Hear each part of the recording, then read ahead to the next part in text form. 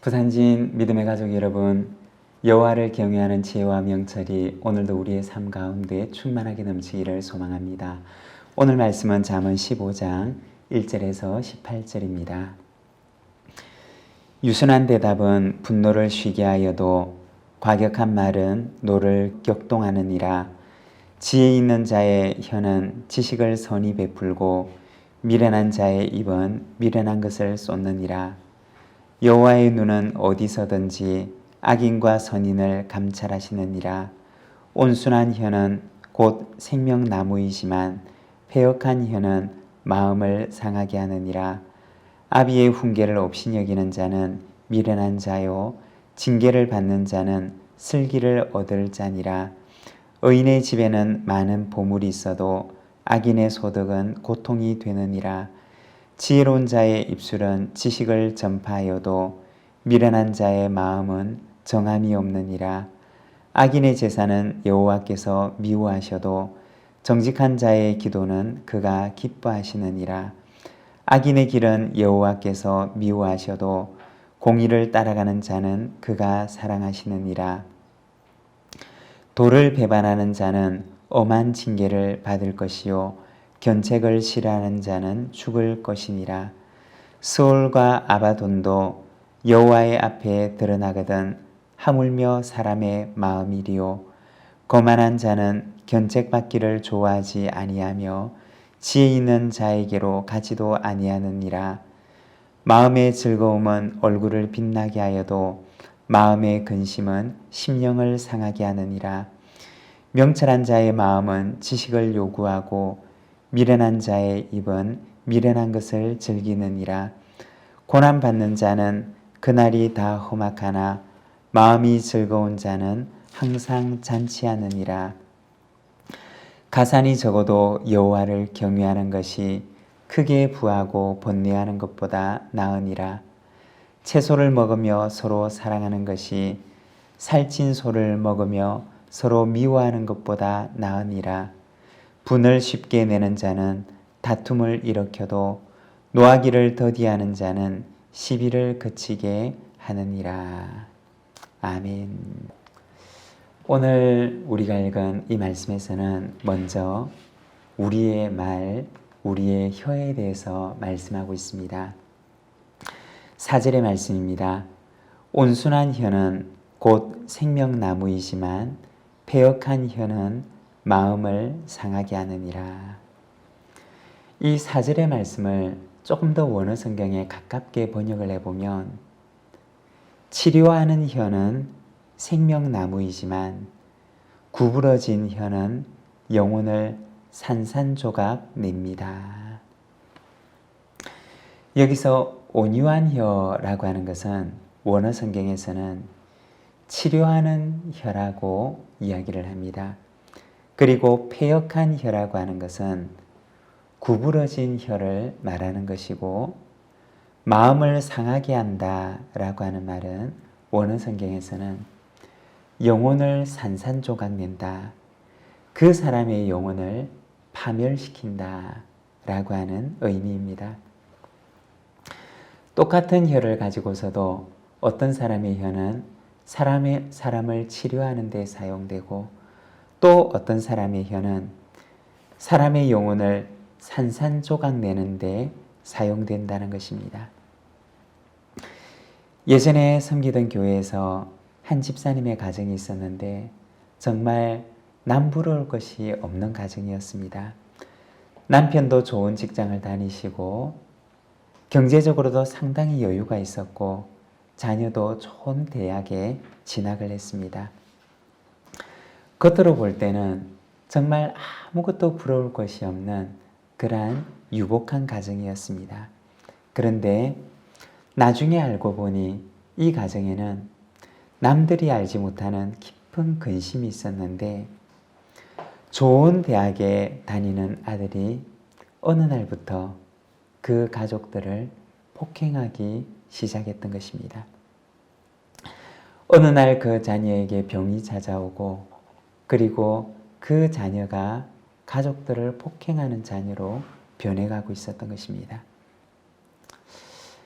아들이 좋은 대학만 가면 될 줄을 알았고, 그리고 좋은 대학을 가게 하기 위해서 온 가족이 그것을 목표로 삼아 매진을 했습니다.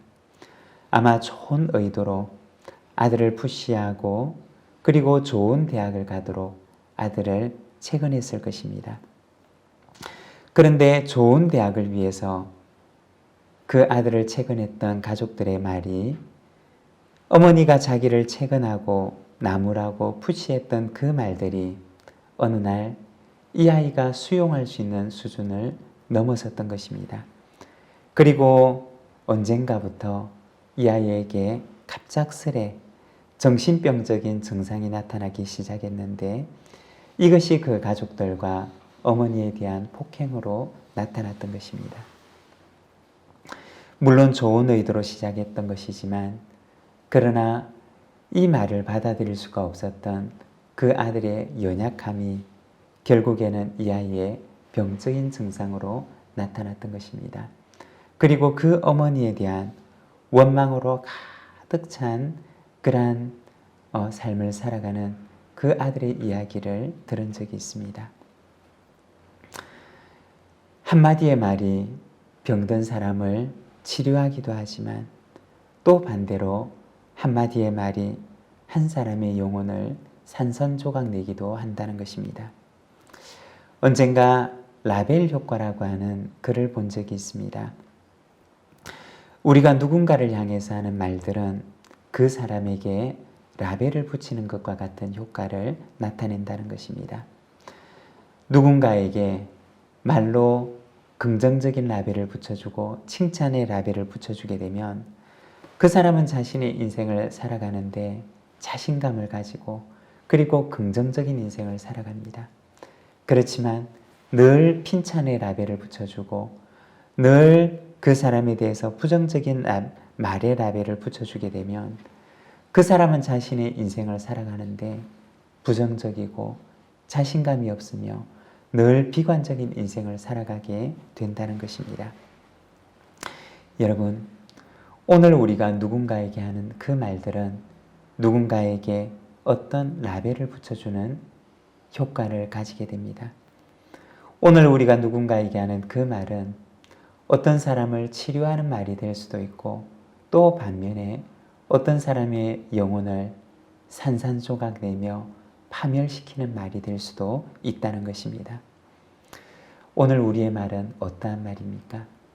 오늘 우리가 누군가에게 하는 그 말은 어떠한 말로 쓰임을 받기를 원하십니까? 부디 소망하기는 오늘 우리가 하는 이 한마디 한마디가 병든 사람을 치료하며 한 영혼을 하나님 앞에 세우는 데 쓰임을 받는 그러한 말이 되기를 소망합니다. 8절의 말씀입니다. 악인의 제사는 여호와께서 미워하셔도 정직한 자의 기도는 그가 기뻐하시느니라. 오늘 이 말씀에서는 악인의 제사와 정직한 자의 기도에 대해서 말씀을 하십니다. 우리가 이 말씀을 생각할 때 먼저 우리가 기억해야 될 것이 있는데, 바로 제사의 목적이 무엇인가 라고 하는 것입니다. 제사라고 하는 것은 하나님께서 우리에게 관계의 회복을 위해서 만들어주신 은혜의 다리와도 같은 것입니다. 하나님과의 관계의 회복을 위해서, 그리고 이웃과의 관계의 회복을 위해서 하나님께서 허락해 주신 것이 바로 이 제사라고 하는 것입니다. 사람은 제사를 통해서 단절된 하나님과의 관계를 회복하고 그리고 이웃과의 관계를 회복할 수가 있는 것입니다. 그런데 이 제사의 목적이 되는 관계의 회복은 뒤로 한 채 제사만 드리는 그 행동들은 하나님께서 보실 때는 너무나 가증스러운 행동이고 아무런 의미가 없는 무의미한 행동이라는 것입니다. 자신의 죄로 인해서 속죄의 제사를 드리는데 하나님 앞에 전혀 마음에 참회의 마음과 참여의 태도를 가지고 있지 않습니다. 이웃에 대한 어떤 잘못을 범하고 죄를 짓고 나서 제사를 드리는데 이웃에게 자신이 가했던 어떤 물질적인 손해나 또는 심리적이고 정신적인 피해에 대해서 실질적인 배상이나 보상이 전혀 없고 이웃에 대한 관계의 회복이나 진정한 뉘우침이나 참여의 마음이 없이 어떤 종교적인 행위를 하는 것만으로서 모든 것을 해결하는 것처럼 생각하는 것은 하나님께서 보실 때는 제사의 참된 목적을 망각한 행동이라는 것입니다. 마태복음 5장 23절과 24절의 말씀을 보게 되면 예수님께서는 이렇게 말씀하십니다. 그러므로 예물을 제단에 드리려다가 거기서 내 형제에게 원망 들을 만한 일이 있는 것이 생각나거든 예물을 제단 앞에 두고 먼저 가서 형제와 화목하고 그 후에 와서 예물을 드리라. 실질적인 보상이나 배상의 행위를 통해서 혹은 이웃과의 깨어진 관계를 회복하고 난 뒤에 하나님 앞에 와서 예물을 드릴 것을 말씀하시는 것입니다. 오늘 우리가 읽은 이 잠언의 말씀을 보게 되면 악인의 제사는 여호와께서 미워하신다라고 말씀을 하십니다. 제사의 참된 의미는 죄로 인한 자신의 마음을 찢는 온전한 참여의 행위입니다. 그리고 하나님과 이웃과의 관계의 회복을 소망하는 그러한 의미입니다. 참다운 제사, 참다운 예배는 바로 이처럼 하나님과 그리고 이웃과 관계를 다시 온전하게 회복하는 데 있습니다. 여러분, 우리 속에 참된 제사가 있기를 원합니다. 우리 속에 참된 예배가 있기를 원합니다. 참된 제사와 예배 속에 참된 관계의 회복이 이루어지는 저와 여러분의 삶이 되기를 소망합니다. 17절의 말씀입니다. 채소를 먹으며 서로 사랑하는 것이 살찐 소를 먹으며 서로 미워하는 것보다 나으니라. 채소를 먹으며 서로 사랑하는 삶이 고기를 먹지만 서로 미워하는 삶보다 훨씬 윤택한 삶임을 말씀합니다.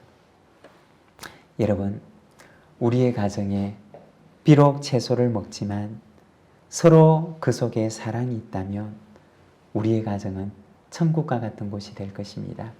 그렇지만 반면에 모든 것이 다 갖추어져 있다 할지라도 사랑이 없고 미움이 있다면 그곳은 지옥과 같은 곳이 될 것입니다. 교회도 마찬가지입니다. 교회가 천국이 되는 것은 그 속에 사랑이 있을 때만 가능한 것입니다. 요한복음 13장 34절과 35절의 말씀을 보면 예수님께서는 제자들에게 말씀하십니다. 새 계명을 주노니 서로 사랑하라. 내가 너희를 사랑한 것 같이 너희도 서로 사랑하라.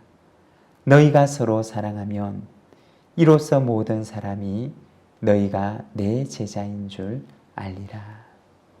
여러분, 우리가 몸담고 있는 교회 그리고 우리의 일터에 우리의 가정에 사랑이 있을 때 그곳이 천국과 같은 곳이 됩니다. 우리가 있는 삶의 현장이 하나님의 나라가 되도록 우리가 오늘도 서로 사랑하며 주님께서 주신 그 새 계명을 따라 우리가 서로를 함께 사랑하며 살아가는, 그래서 우리가 살아가는 삶의 현장을 하나님의 나라로 만들어가는 우리 모든 믿음의 가족들의 삶이 되시기를 간절히 소망합니다. 기도하겠습니다. 사랑의 하나님 아버지, 은혜를 감사합니다. 사랑이 있는 그곳이 참된 천국임을 말씀하시는 오늘 잠언의 말씀을 우리가 바라봅니다.